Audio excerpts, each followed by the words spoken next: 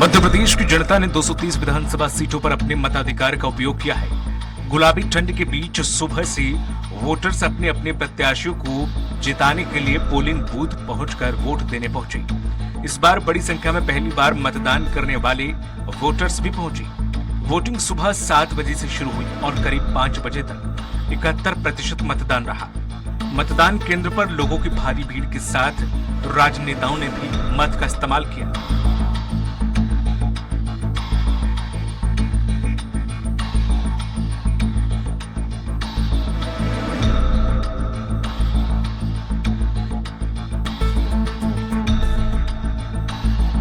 मध्य प्रदेश में 230 विधानसभा सीटों पर मतदान हो चुका है और प्रत्याशियों की किस्मत ईवीएम में कैद हो गई है। कुछ सीटों को छोड़ दिया जाए तो ज्यादातर सीटों पर मतदान शांतिपूर्ण तरीके से हुआ। मतदान के दौरान भारी पुलिस बल भी तैनात किया गया था। मैं आप सबका मेरी जन्मभूमि में गृह ग्राम में जहाँ से मैंने आंदोलन की शुरुआत बचपन में की थी, जैत में स्वागत करता हूँ जी। आज लोकतंत्र का महापर्व है। सबसे पहली अपील मेरी प्रदेश के मतदाता बहनों और भाइयों से यही है कि अपने मताधिकार का प्रयोग वो अवश्य करें। और अब ये मध्य प्रदेश स्वर्णिम मध्य प्रदेश बनेगा, उसके लिए मतदान है। और मैं जनता से अपील करता हूँ कि मध्य प्रदेश के विकास के लिए, गरीबों के कल्याण के लिए जो धारा और यात्रा चल रही है उसे सुनिश्चित बनाए रखने के लिए और अपने मध्य प्रदेश को स्वर्णिम मध्य प्रदेश बनाने के लिए आप अधिक से अधिक मतदान करिए और विजय सुनिश्चित करिए। पूरे प्रदेश में बदलाव की लहर है।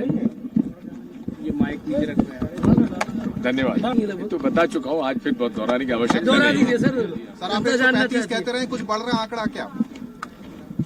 हर हालत में 130 प्लस। आप देखना उनके रिजल्ट्स बहुत अच्छे होंगे। और मैं आज भी कह रहा हूं और बड़े एक्सपीरियंस से बोल रहा हूं कि ये चुनाव बदलाव का चुनाव है। छोटे छोटे लोग जीतेंगे और बड़े बड़े लोग हारेंगे। कांग्रेस पार्टी ने जो प्रतिज्ञा की थी, जो संकल्प पत्र जारी किया था, जो वादे किए थे, उसको कितना रिस्पॉन्स दिया है पब्लिक ने आपको? ये तो वोटिंग के बाद समझ आएगा। हर पार्टी ने अपने तरफ से अपना संकल्प पत्र या मैनिफेस्टो रखा है। आज वोटिंग हो रही है, पब्लिक इसको जज करेगी।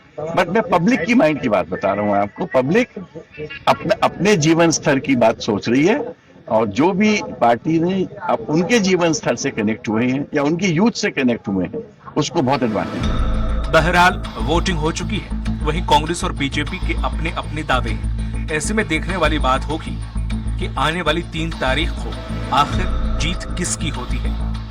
Special desk Swaraj express, Bhopal. नमस्कार, मैं हूं त्रिपाठी। आप देख रहे हैं हमारी एक खास पेशकश। और आज लोकतंत्र के महायज्ञ में मतदाता ने दिखा दिया कि वो भाग्य विधाता है। मध्य प्रदेश में अभी तक जो परिणाम आकलन आया है, जो तमाम डाटा आए हुए हैं, उससे साफ लग रहा है कि वोटिंग का कुल परसेंट 75 से 80% के लगभग पहुंच सकता है। और ये प्रतिशत तमाम राजनीतिक विश्लेषकों को इस बात के लिए सवाल अनुत्तरित कर देता है कि आखिर परिणाम क्या हो सकता है। कोई दावा नहीं कर सकता इस समय। इन सारे मुद्दों पर हम चर्चा करेंगे, जानेंगे किस क्षेत्र में कितना मतदान हुआ, उसका क्या परिणाम हो सकता है, उस मतदान में क्या उम्मीदें हो सकती हैं। कि जो कांग्रेस दावा कर रही कि वक्त बदलाव का, बीजेपी अलग दावा कर रही कि लोग उसके समर्थन में खड़े हुए हैं। ये तमाम चीज़ों को लेकर हम चर्चा करेंगे। हमारे साथ खास पैनल होगा और उस पैनल से हम बातचीत करके आपको बताने की कोशिश करेंगे कि आखिर हमने दिन भर जो मेहनत की, जो आपको डाटा दिखाया, जो रिजल्ट आ रहा है, वो क्या हो सकता है, इस पे चर्चा करेंगे। मेरे साथ सुशील शर्मा जी हमारे एडिटर मौजूद रहेंगे। साथ में हमारे ग्वालियर से ब्यूरो चीफ हमारे विनोद जी मौजूद हैं और बहुत सारे लोगों को बीच बीच में और जोड़ेंगे। और हम ये कोशिश करेंगे कि आप तक वो हर बात पहुंचा सके। बाकी अन्य चैनल जो नहीं पहुंचाएंगे वो सारे मुद्दे पूरे एनालिसिस के साथ, एक एक आंकड़े के साथ हम बात करें। सबसे पहले सुशील जी के पास आता हूँ। सुशील जी, लगभग उम्मीद की जा रही है कि जो फाइनल आंकड़ा आएगा वो माना जा रहा है कि 80% के ऊपर जा सकता है। क्या इसका एनालिसिस अपन कर सकते हैं? देखिए अजय जी, बिल्कुल सही है। अभी तक जो 71.26% का जो वोट का अभी तक जो घोषित किया है निर्वाचन आयोग ने, उस हिसाब से ये शाम को 5 बजे का है। तो अभी 5 से 6 वोटिंग और होना। देखिए लास्ट में वोटिंग का परसेंटेज बढ़ता ही है। 75% पिछली बार रहा था 2018 में, तो ये 75 से तो प्लस कर रहा है। अब 75 और 80 के बीच में कितना जाता है ये बहुत महत्वपूर्ण है। और देखिए, अगर आप जब 1999 में मध्य प्रदेश से छत्तीसगढ़ अलग हुआ था, उसके बाद जितने भी चुनाव हुए, 2003 का चुनाव देख लीजिए, 2003 के बाद 2008 का चुनाव देख, तो हर बार 2 से 2.5% वोट बढ़ा है मध्य प्रदेश में। और इन 2-2.5% वोट बढ़ने के साथ साथ बीजेपी ने 2008 में भी सरकार बनाई, 2013 में भी सरकार बनाई, लेकिन 13 के बाद जब 18 का चुनाव हुआ तो उसमें लगभग 3.5 से 4% वोट बढ़ा था। तो इस वोट से बीजेपी की सरकार, मतलब जो स्थिति बनी, हंग असेंबली वाली स्थिति बनी थी ना, बीजेपी को बहुमत मिला था कांग्रेस को, तो ये 4% वोट ने बड़ा कमाल किया था। और अब ये जो 4%, मुझे लग रहा है कि 75 से 78 के बीच तो ये स्थिति बनने वाली है। तो ये 3% वोट क्या कमाल करने वाला है, इसके पीछे 2-3 मुख्य बिंदु हो सकते हैं। पहला तो ये हो सकता है कि देखिए, इसमें हमें सबसे पहले ये देखना होगा कि इसमें फीमेल वोटर कितना बढ़ रहा है, क्योंकि फीमेल वोटर भी लगातार बढ़ा। और इस बार लाडली बहना का इफेक्ट, चूंकि मुख्यमंत्री शिवराज सिंह चौहान कहते रहे थे कि हमारा मास्टर स्ट्रोक के गेम चेंजर स्कीम है, तो यदि महिलाओं का वोट एकदम से बढ़ता है तो उसका आकलन आप उस दिशा में भी करने की कोशिश कर सकते हैं कि हो सकता है कि लाडली बहना का इफेक्ट। ये भी देखना होगा कि किस एरिया में लाडली बहना जो महिलाओं का वोटर बढ़ता है। तो ये बहुत सारे कैलकुलेशन। दूसरा क्या है, जातिगत जनगणना एक मुद्दा हो सकता है, किसान कर्ज माफी, कांग्रेस की गारंटी और बीजेपी के संकल्प, मोदी का भरोसा, ये सब इस 4% वोट में ही छिपा हुआ है। ये 4% वोट जो बढ़ा हुआ आपके पास आ रहा है, यही सारा इसी का आकलन होगा। और इसमें सबसे महत्वपूर्ण यही है कि जो सबसे की फैक्टर है, वो महिला वोटर यदि आके वोट करता है तो वो परिणाम को बिल्कुल किसी नई दिशा में फाइनल डाटा आते बहुत तभी लगेगा। और जो आप बात कर रहे हैं कि फाइनल डाटा आते बहुत सारा एनालिसिस का स्टेप बदल जाएगा। पर ये मान के हम चल सकते हैं कि जिस तरह वो 3% वोट बढ़ता दिख रहा है, 3-3.5%, उसने उन तमाम कयासों पर अंकुश लगा दिया जो कयास हम लोग पिछले चुनाव में लगातार, मतलब चुनाव की कैंपेनिंग से लेकर अभी तक लगा रहे थे, आज सुबह तक लगा रहे थे। मुझे लगता है, मेरा व्यक्तिगत आकलन लग रहा है कि ये 3% जो एकदम बढ़ रहा है, 80% जो हो रहा है, लगी उम्मीद थी कि 70, 72, 75 तक पोलिंग होगी, लेकिन जब 80% के लगभग जा रहा है तो इसने उन सारे कयासों पर एक स्टॉप कर दिया है, उनको पूर्ण विराम लगा दिया है।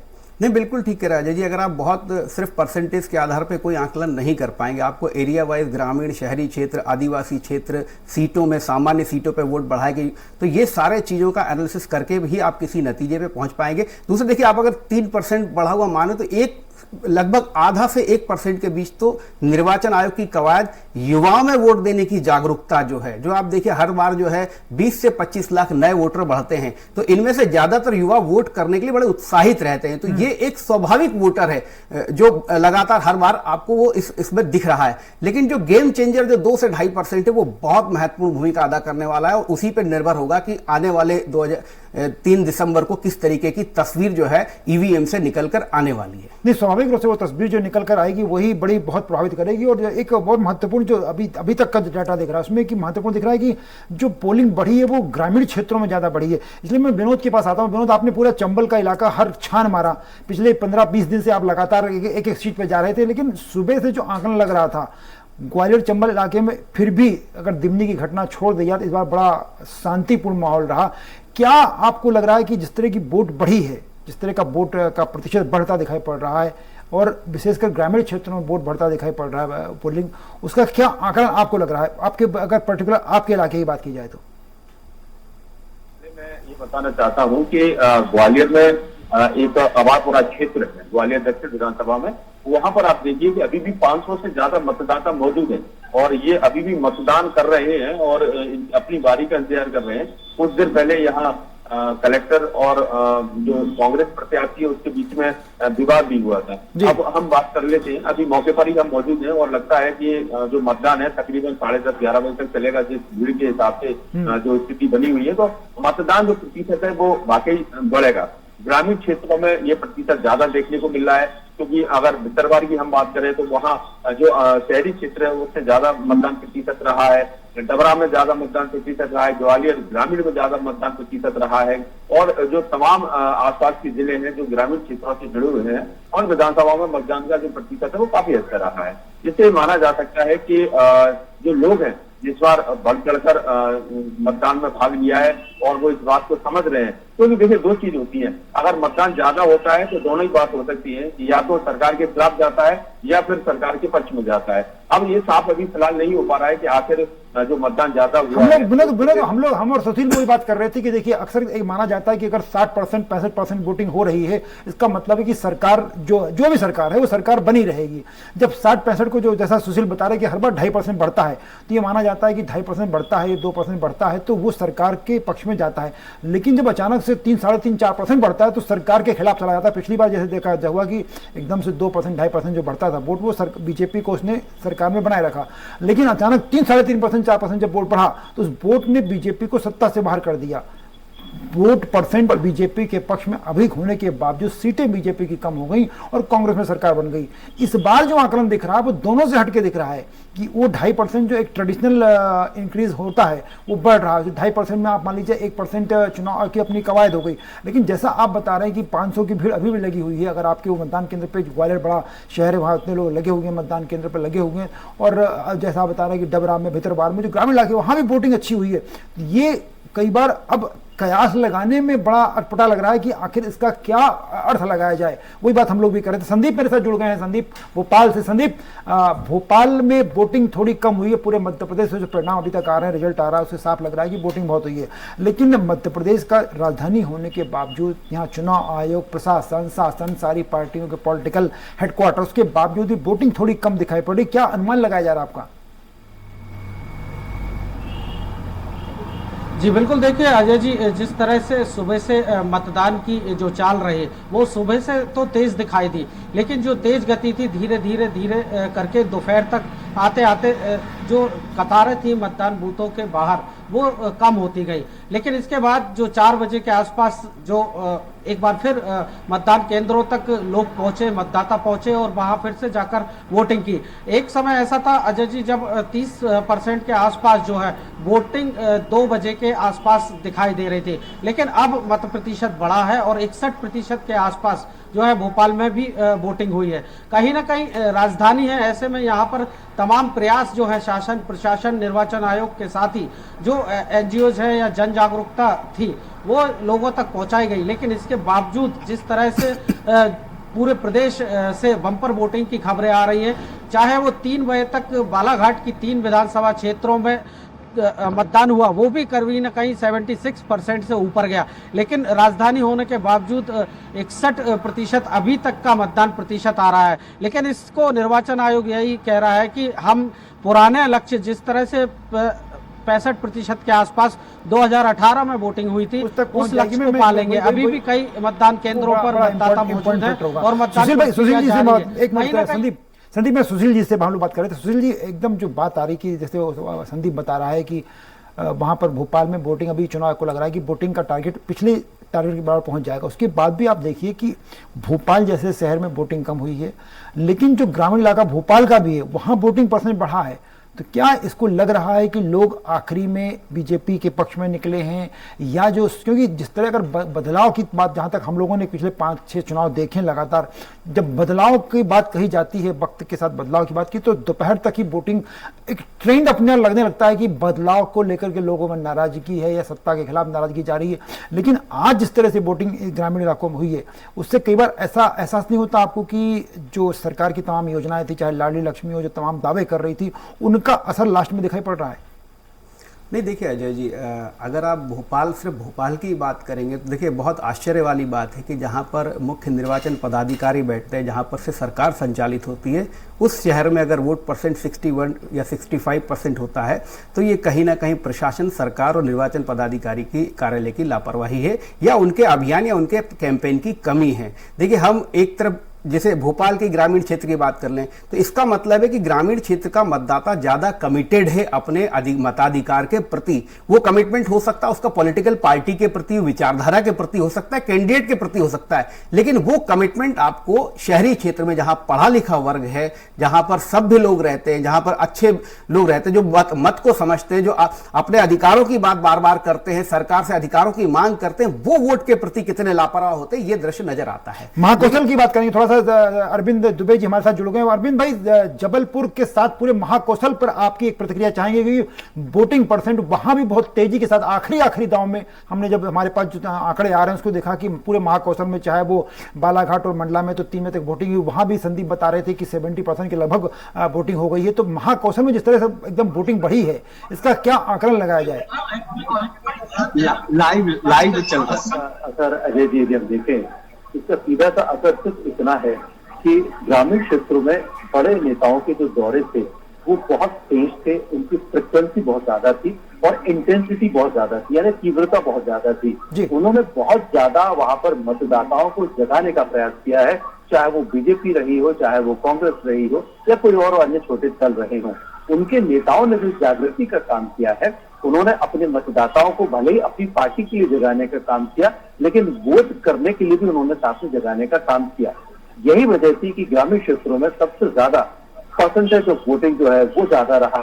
जबलपुर शहरी क्षेत्र में ग्रामीण क्षेत्र की तुलना में कम वोटिंग हुई है, ग्रामीण क्षेत्र में ज्यादा परसेंटेज हुई है, वहां पर प्रतिशत ज्यादा निकल कर आ रहा है। यदि हम 4 सीटों पर भी वर्गीकृत करें तो ग्रामीण क्षेत्र की सीटों पर लगभग 70% से प्लस वोटिंग आई। शहरी क्षेत्र में अभी जो वोटिंग है वो सिर्फ 70% के स्विंग को टच कर रही है। तो इस बात का सीधा संकेत यही है कि महाकौशल में इन पार्टी के वरिष्ठ नेताओं ने मतदाताओं को जगाने का प्रयास किया। फायदा मिला किसको? फायदा ये मिला कि वोट का परसेंटेज बढ़ गया।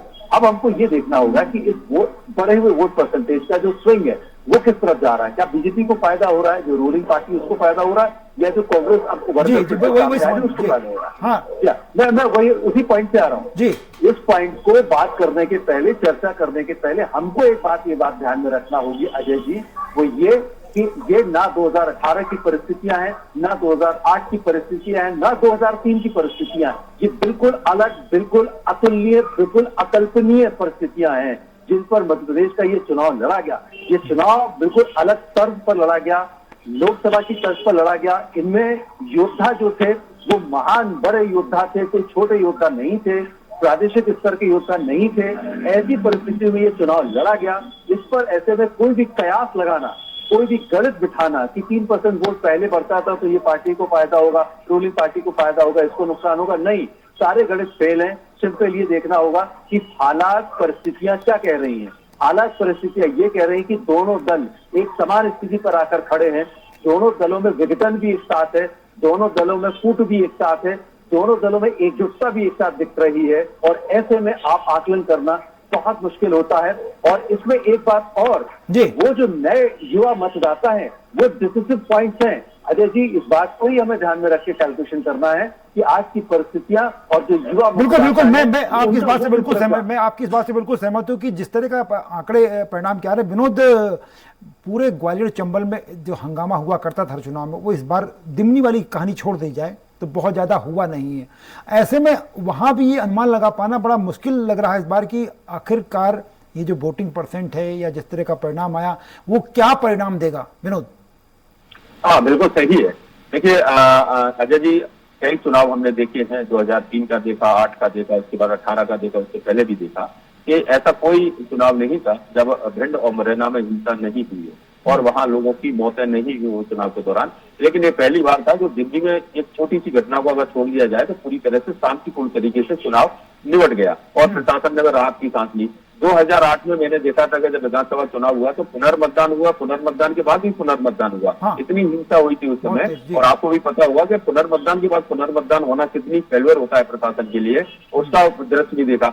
लेकिन इस बार ऐसा कुछ दिखा नहीं और जो मतदाता था वो पूरी तरह से जागरूक था। अरविंद जी जैसा बता रहे थे, ग्रामीण क्षेत्रों या शहरी क्षेत्रों लोग निकलकर ग्वालियर अंचल में बाहर आए और अच्छा मतदान किया उन्होंने। और मतदान करने के बाद अब ये बात भी बिल्कुल गोपनीय है, इस तरह से लोगों के सीने में है कि आखिर मतदान उन्होंने क्यों किया और किस तरह इतना बड़ा हुआ मतदान किया। जो मतदान क्यों किया ये तो साफ है कि मतदान करना हर किसी का अधिकार है, लेकिन जो परसेंटेज बढ़ा उसके पीछे क्या सवाल खड़ा हो सकता है। इस मुद्दे पे सुशील जी की टिप्पणी में चाहूंगा। सुशील जी, ग्वालियर अंचल जहां हिंसा हर चुनाव हुआ करती, इस बार नहीं हुई, उसके बावजूद पोलिंग बढ़ी है और जैसा कि महाकौशल में बता रहे हैं अरविंद की वहां भी लगातार पोलिंग बढ़ी है। मध्य भारत की रिपोर्ट संदीप जिस तरह बता रहे हैं कि सभी इलाकों में पोलिंग परसेंट बढ़ा है। क्या लग रहा है कि बड़ी शांतिपूर्वक चुनाव हो गया यानी मतदाता के मन में ही कोई ना कोई संकल्प है जिसको हम लोग अभी भी जज नहीं कर पा रहे हैं। देखिए अजय जी, ये बिल्कुल सही कह रहे हैं कि इस बार ग्वालियर में हालांकि छुटपुट घटना हुई थी, मेहगांव और एक दो जगह पर जरूर वो हुआ था, पर पहले पिछले अगर चुनाव के अनुभव को हम देखें तो उस हिसाब से देखा जाए तो बहुत शांतिपूर्ण तरीके से मतदान संपन्न हुआ है। लेकिन जो आप बोल रहे हैं वोटिंग ट्रेंड आपको समझना है, तो देखिए मैं आपको 2013 और 18 के बीच की एक तुलना पर बहुत इंटरेस्टिंग आपको एक जानकारी शेयर कर लेता हूँ। बिल्कुल। 2013 और 2018 के बीच में जो 2013 में जो चुनाव हुआ था और 2018 में जो चुनाव था, ऐसी 75 सीटें थी जहां पर 80% से अबोव मतदान हुआ था। उसमें 34 सीटें आपके मालवा निमाड़ की थी जहां 80% प्लस वोट गया था। मध्य भारत की 18 सीटें थी और महाकौशल की 20 सीटें थी। तो ऐसे करके आप सोचिए 75 सीटें थी, उसमें से 45 सीटें कांग्रेस ने जीती। 80% से लेके सबसे ज्यादा हाईएस्ट वोट पड़ा था सैलाना में, 89.13% वोट। सैलाना तो कांग्रेस ने जीती, लेकिन उन 75 में से 45 सीटें कांग्रेस ने जीती और उसमें सबसे इंटरेस्टिंग है कि 35 भाजपा से छीनी थी। तो ये जो आंकड़ा जो कहता है ना कि वोट एकदम से बढ़ता है, तो वो एक संकेत तो करता है कि एंटी इनकम्बेंसी की तरफ जा रहा है। तो ये, और दूसरा, अब बीजेपी में नहीं भी 28 सीटें जीती, लेकिन उसमें सिर्फ कांग्रेस से 4 छीनी थी। तो ये जो आंकड़ा ये बताता है कि यदि आप वोट बहुत तेजी से कई जगह किसी एक सीट पे, क्योंकि ये सीट वाइज आपको आकलन करना पड़ेगा, ये महाकौशल के आधार पे आप नहीं कर सकते। मध्य भारत में किस सीट पे कितना वोट परसेंट बढ़ा, ये वो महत्वपूर्ण है। तो ये आंकड़े ये बताते हैं यदि एकदम से 5 से 7% या 10% स्विंग कर गया है, वोट बढ़ गया है, तो वो कहीं ना कहीं आप मान के चले कि लोकल एंटी इनकम्बेंसी हो सकती है या सरकार के प्रति नाराजगी हो सकती है। ये वो आंकड़ा मैं आपको बता रहा हूं।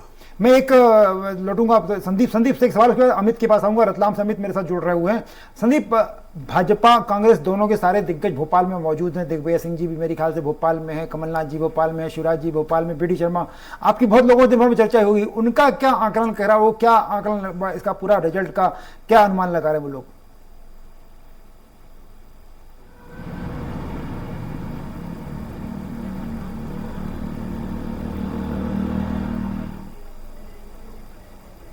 मैं संदीप तक सर मेरी आवाज नहीं पहुंच पा रही। रतलाम से अमित मेरे साथ जुड़े, अमित निगम। अमित, जिस तरह का बदलाव इसमें दिखाई पड़ रहा है, जिस तरह का वोटिंग परसेंट बढ़ा है, विशेष करके मालवा अंचल में, क्या असर आपको लग रहा है कि क्या उम्मीदें हो सकती हैं? अमित।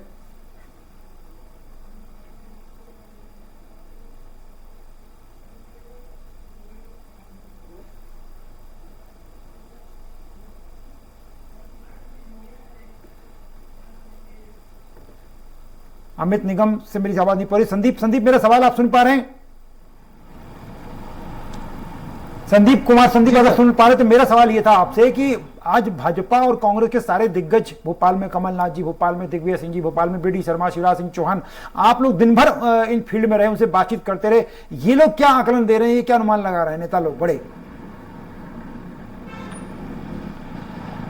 जी बिल्कुल, देखिए दोनों ही तरफ से जो कयास है वो एक जीत के दावे दोनों ही भले ही कर रहे हो, लेकिन अंदरूनी तौर पर दोनों ही दलों के जो नेता हैं उनके समीकरणों को अगर देखा जाए तो कहीं ना कहीं दोनों के समीकरण, ये जो पोलिंग हुई है, जिस तरह से बढ़ा हुआ वोट परसेंटेज आया है, दोनों ही दल अपने अपने पाले में जो है इस पोलिंग को, बढ़ी हुई पोलिंग को मान रहे हैं।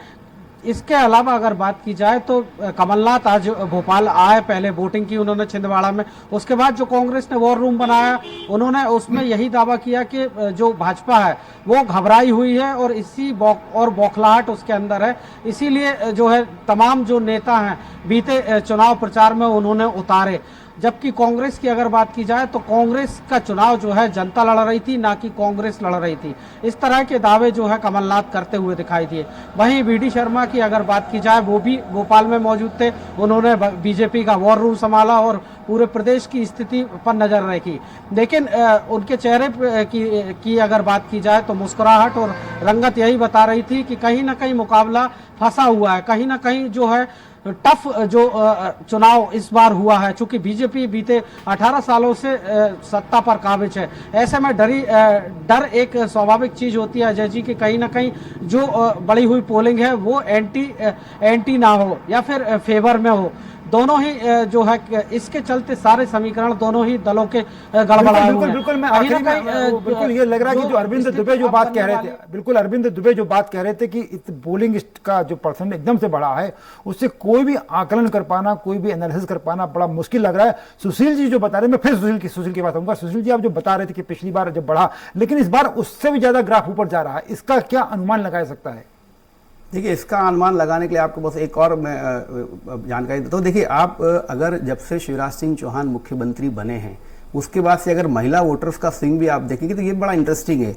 मतलब आप देखिए कि 2008 के चुनाव में मेल और फीमेल वोटर्स के बीच का गैप लगभग 7-8% का था। मतलब अगर पुरुष मतदाताओं ने 72.3% में वोट किया था और महिलाओं ने 65%। लेकिन 2013 में एकदम से तस्वीर बदल गई।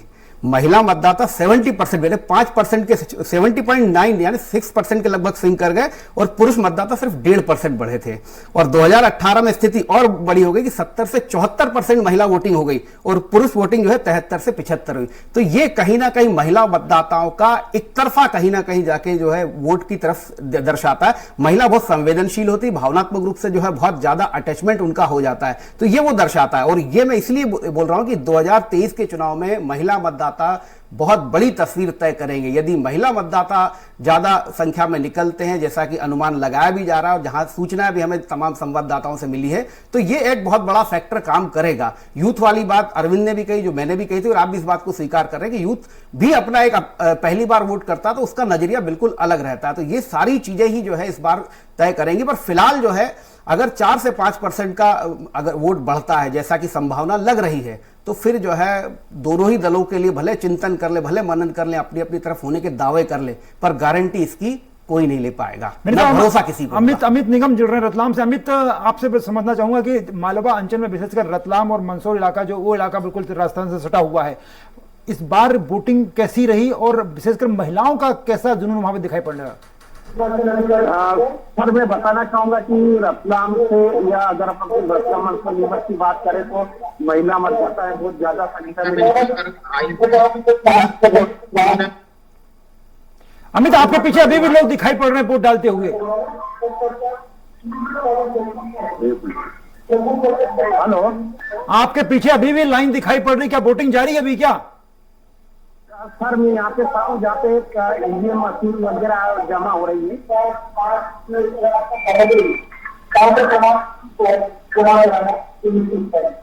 आवाज में थोड़ा डिस्टर्ब हो रहा है, मैं फिर लौटूंगा उनके पास। सुशील शर्मा से हम लोग बात कर रहे थे। सुशील जी, आप जो बात कर रहे थे वो एक कि निश्चित रूप से जो स्विंग कर रहा है, पिछली बार महिलाओं का स्विंग, लेकिन इस बार जो यंग जनरेशन का स्विंग दिखाई पड़ रहा है, 2% 2.5% भी बढ़ता है। तो क्या ये माना जाए कि जो यंगस्टर्स हैं, नया मतदाता है, पहली बार का वोट डाल रहा है, वो कोई डिसीजन ऐसा ले सकता है जिससे कि लगे कि पॉलिटिकल बदलाव की संभावना बढ़ रही है? नहीं, ये तो देखिए अजय जी बहुत मुश्किल सवाल है युवा और पहली बार के मतदाता के मन को समझना। लेकिन 2-3 फैक्टर से अगर आप देख सकते हैं तो एनालिसिस किया जा सकता है।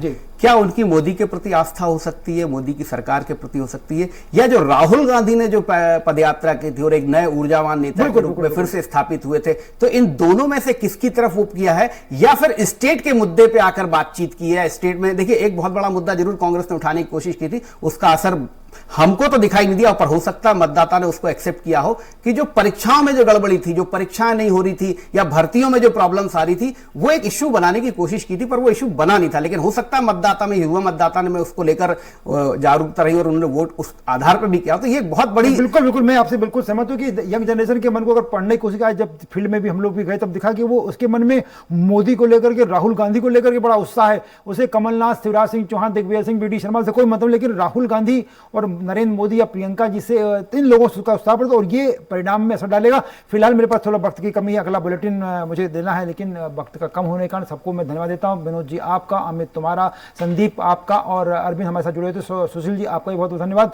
फिलहाल ये माना जा सकता है कि पूरे मध्य प्रदेश में जिस तरह पोलिंग बढ़ी है, जो अनुमान लगाया गया उसने क्या परिणाम निकलेगा तो 3 दिसंबर को पता पड़ेगा। लेकिन जैसा कि सुशील जी ने विश्लेषण किया, हमारे तमाम साथी विश्लेषण करे, तो ये बात तय है कि अब वर्तमान परिस्थितियों में वर्तमान पोलिंग को लेकर के अब कोई कयास लगाना नहीं जा सकता। ये थोड़ा मुश्किल होगा क्योंकि जो ट्रेंड हुआ करते थे अब तक के पॉलिटिकल ट्रेंड, उससे हट करके वोटिंग हुई है और उससे हट करके मुद्दे रहे हैं। यंग जनरेशन का जो 20-22 लाख का वोट था उसका वोट पड़ा है, इसलिए कोई आकलन कर पाना और दावे के साथ कुछ कह पाना संभव नहीं होगा। फिलहाल इस बुलेटिन में यहीं तक, आपको फिर मैं नए बुलेटिन के साथ नई खबरों के साथ फिर हाजिर होंगे हम, तब तक हमें आज्ञा दीजिए। नमस्कार।